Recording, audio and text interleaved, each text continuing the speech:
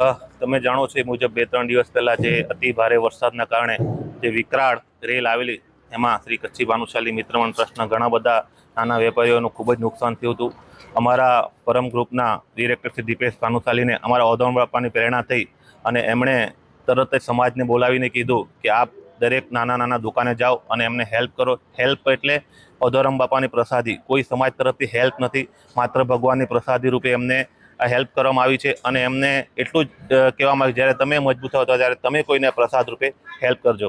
શ્રી કચ્છી ભાનુશાલી મિત્ર મંડળ સથવારે અમે દરેક દુકાને જઈને અમારા મહામંત્રી, અમારા ઉપપ્રમુખ, પ્રમુખ શ્રી, ટ્રસ્ટીઓ શ્રી બધાએ સર્વે કર્યું કે આપણે તાત્કાલિક ધોરણે આપણા ભાઈઓ જલ્દી ઊભા થાય તેના માટે અધો પ્રસાદ કહીએ તો પણ ચાલે અને અધો પ્રસાદી કહીએ તો પણ ચાલે, એ પ્રસાદી રૂપે આજે અમે દુકાને જઈને વિતરણ કરતા છીએ।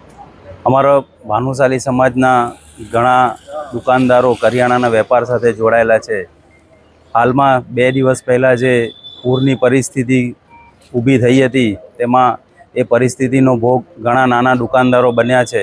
તો તેમને તાત્કાલિક ધોરણે પગભર થવા માટે અમારા પરમ ગ્રુપના ડિરેક્ટર દીપેશભાઈ ભાનુશાલી દ્વારા અને કચ્છી ભાનુશાલી મિત્ર મંડળના સથવારે એક ભગવાન ઓધોરામ બાપા અને ભગવાન વાલરામની પ્રસાદી રૂપે એમને ટેકારૂપ થવા માટે આયોજન કર્યું હતું, જેનું આજરોજ તાત્કાલિક ધોરણે એમને સહાય નથી પણ આ એક ટેકારૂપ માટેનું આયોજન છે, જેથી કરીને ભવિષ્યમાં એ લોકો પણ અન્ય વ્યક્તિને ટેકારૂપ થાય એવી ભગવાન ઓધોરામ બાપા પાસેથી અમને પ્રેરણા મળી છે। બોલો સદગુરુ ભગવાન કી જય।